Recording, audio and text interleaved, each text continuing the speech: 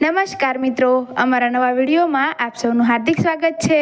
તો આજે આપણે વાત કરીએ શરદ પૂનમનું વૈજ્ઞાનિક મહત્વ સમજો।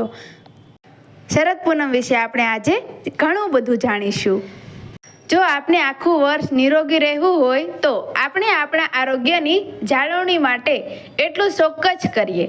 કોઈ વ્યક્તિ જ્યારે કુદરત સાથે સીધી જોડાયેલી હોય છે ત્યારે તેની અંદર 16 ગુણ ખીલે છે। વર્ષમાં એક જ દિવસ એવો હોય છે કે જ્યારે ચંદ્ર 16 કળાએ ખીલેલો હોય છે। આ દિવસે રાત્રે ચંદ્રના જે કિરણો નીકળે છે એનાથી આપણા શરીરને નવી ઉર્જા મળે છે। ચંદ્રના કિરણો આ દિવસે એક અર્થમાં આકાશમાંથી સાચું અમૃત વરસાવે છે।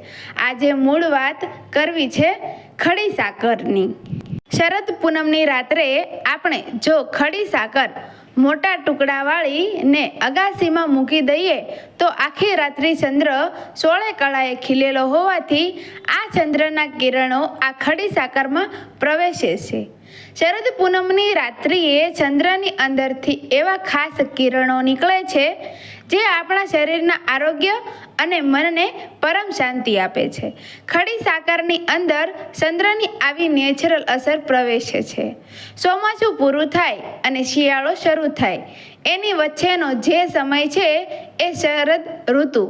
એટલા વર્ષોથી આપણે કોઈને આશીર્વાદ સતમ જીવ શરદ એવું બોલીએ છીએ કે 100 વર્ષની શરદ પૂર્ણિમા સુધી નિરોગી જીવન જીવતા રહો। 100% કેમિકલ ફ્રી 5 કિલો જેટલી ઓર્ગેનિક ખડી સાકર ખરીદીને લાવવાની। શરદ પૂનમે એટલે કે આસો સુદ પૂનમની રાત્રે અગાસીમાં એક મલમલ જેવા આછા સફેદ કપડામાં એને મૂકી દેવાની। ઉપર જાળી ઢાંકી શકાય। આપ જે ખાટલામાં સાકર મૂકો એના ચારે પાયાની નીચે પાણી ભરેલું વાસણ રાખવાનું। આમ કરવાથી કીડી કે મકોડા સાકરને ખાવા નહીં આવી શકે। સવાર સુધી આ ખડી સાકર અગાસીમાં રાખો એટલે ચંદ્રના શીતળ કિરણોની પિત્તશામક અસર એની અંદર આવી જશે। સવારે આ ખડી સાકરના થોડાક નાના ટુકડા કરીને એને કાચની બરણીમાં ભરીને મૂકી રાખવાની। જ્યારે એસિડિટી થાય, પેટમાં દુખે, માથું દુખે ત્યારે આ ખડી સાકર ચૂસવાથી ખૂબ ઝડપથી એસિડ શાંત થશે। પિત્ત પેટમાંથી ઉપર ચડીને માથું દુખાડે છે। આવા સમયે આ ખડી સાકર ચૂસવાથી પિત્ત શાંત થશે। સરવાળે માથું દુખતું મટશે। દર વર્ષે દરમિયાન આયુર્વેદિકની કોઈ પણ દવા કે અન્ય કિચન મેડિસિન લેતી વખતે તેની સાથે આમાંથી થોડીક ખડી સાકર લેવાય તો એ દવાની અસર કરતાં વધુ સારી થશે। થોડોક સમય કાઢીને આપણે પણ જો શરદ પૂનમની રાત્રિએ અગાસીમાં બેસીએ તો આપણા તન મન ઉપર, આપણા અગણિત ન્યુરોન પર એની અદ્ભુત અસર થાય છે। તો આવો શરદ પૂનમના તહેવારને વૈજ્ઞાનિક રીતે મનાવીએ। આવી રહેલા નવા વર્ષ આપના ઘેર કોઈ આવે ત્યારે એનું મોં નકલી દૂધના પેંડા, કાજુ કતરી, બરફી કે મીઠાઈથી મીઠું કરાવવાને બદલે આવી ખડી સાકરથી કરાવશો તો એ વ્યક્તિને પણ લાભ થશે। આપ ઈચ્છો તો આવી સાકરના 100 થી 200 ગ્રામના પેકેટ આપના સ્વજનોને ભેટમાં આપીને નિરોગી રાખવા પ્રયત્ન કરજો। આપણું લીવર પાચન માટે પિત્ત બાયલ બનાવે છે, આપણું પેટ એસિડ બનાવે છે અને આપણું સ્વાદુપિંડ પેન્ક્રિયાસ સ્વાદુપિંડ રસ બનાવે છે। આ બધું પાચનનું 4 થી 5 લીટર પ્રવાહી પેટમાં ભેગું થાય છે જે આપણા શરીરને નિરોગી રાખવાનું અતિ મહત્વનું કામ કરે છે। શરદ પૂનમની રાત્રે ચંદ્રના કિરણોમાં મૂકેલી આ ખડી સાકર આપ સૌના મનને શાંત રાખી શકે એટલી તાકાત ધરાવે છે। આજે શરદ પૂનમ છે, હજુ આપની પાસે પૂરતો સમય આવ્યો। કુદરતના ખોળે જીવવા પ્રયત્ન કરશો તો બીમારીઓ આપના ઘરની બારીમાં ડોકિયું કરવા પણ નહીં આવે. શરદ પૂનમ માટે ખાસ અને મહત્વનો સંદેશ: જો આપણે આખું વર્ષ નિરોગી રહેવું હોય તો આપણે આપણા આરોગ્યની જાળવણી માટે એટલું ચોક્કસ કરીએ. કોઈ વ્યક્તિ જ્યારે કુદરત સાથે સીધી જોડાયેલી હોય છે ત્યારે તેની અંદર 16 ગુણ ખીલે છે. ભગવાન કૃષ્ણમાં આવા 16 ગુણ ખીલેલા છે. વર્ષમાં એક જ દિવસ એવો હોય છે કે જ્યારે ચંદ્ર 16 કળાએ ખીલેલો હોય છે.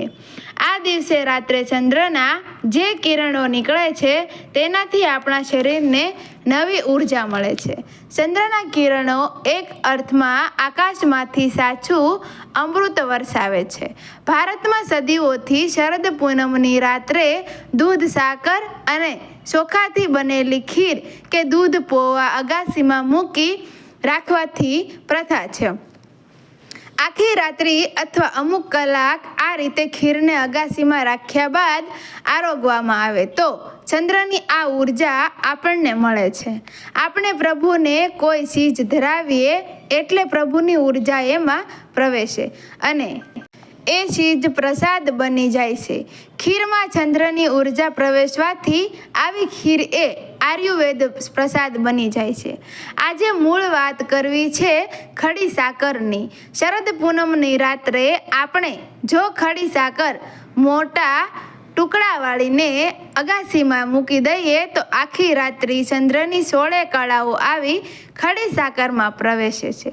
શરદ પૂનમની રાત્રિએ ચંદ્રની અંદરથી એવા ખાસ કિરણો નીકળે જે આપણા શરીરને આરોગ્ય અને મનને પરમ શાંતિ આપે છે.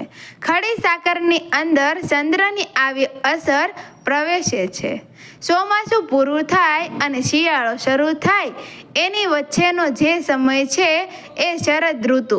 ગાંધીની દુકાનેથી 5, 10, 15, 20 કિલો કે આખા વર્ષની જે જરૂર હોય તેટલી ખડી સાકર ખરીદીને લાવવાની.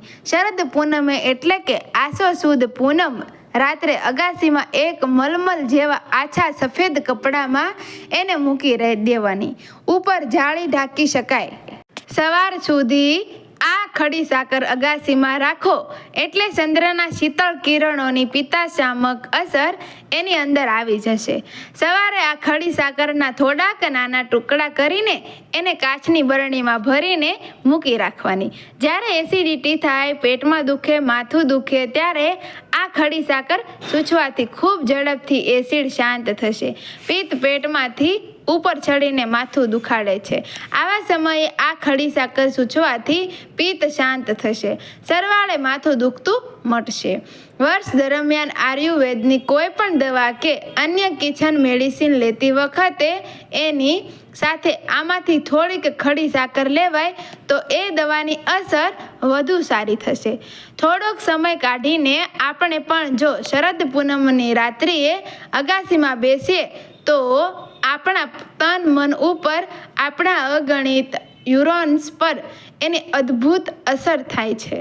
તો આવા શરદ પૂનમના તહેવારને વૈજ્ઞાનિક રીતે મનાવીએ.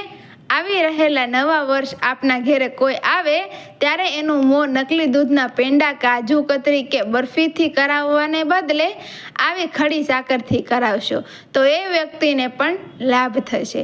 આપ ઈચ્છો તો આવી સાકરના 100 થી 200 ગ્રામના પેકેટ કોઈને ભેટમાં આપીને આપણા સ્વજનોને નિરોગી રાખવા પ્રયત્ન કરજો. આપણું લીવર પાચન માટે પિત્ત બનાવે છે, આપણું પેટ એસિડ બનાવે છે અને આપણું સ્વાદુપિંડ પેન્ક્રિયાસ સ્વાદુપિંડ રસ બનાવે છે. આ બધું પાચનનું 4 થી 5 લીટર પ્રવાહી પેટમાં ભેગું થાય છે.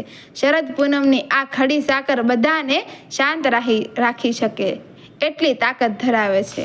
રોજ શરદ પૂનમ માણેકની ઠારી પૂનમ છે. હજુ આપની પાસે પૂરતો સમય છે. દુકાનેથી જઈને ખડી સાકર લાવો, અગાસીમાં રાખીને આપ પણ એનો લાભ લ્યો. મિત્રો, બધાને શરદ પૂનમની હાર્દિક શુભકામનાઓ. વિડીયો ગમ્યો હોય તો વિડીયોને લાઈક કરજો, શેર કરજો અને અમારા આવા જ નવા વિડીયો જોવા માટે અમારી ચેનલને સબસ્ક્રાઈબ કરી દેજો. હંમેશા હસતા રહેજો, ખુશ રહેજો અને મોજથી રહેજો. જય શ્રી કૃષ્ણ. રાધે રાધે. Thank you. ધન્યવાદ.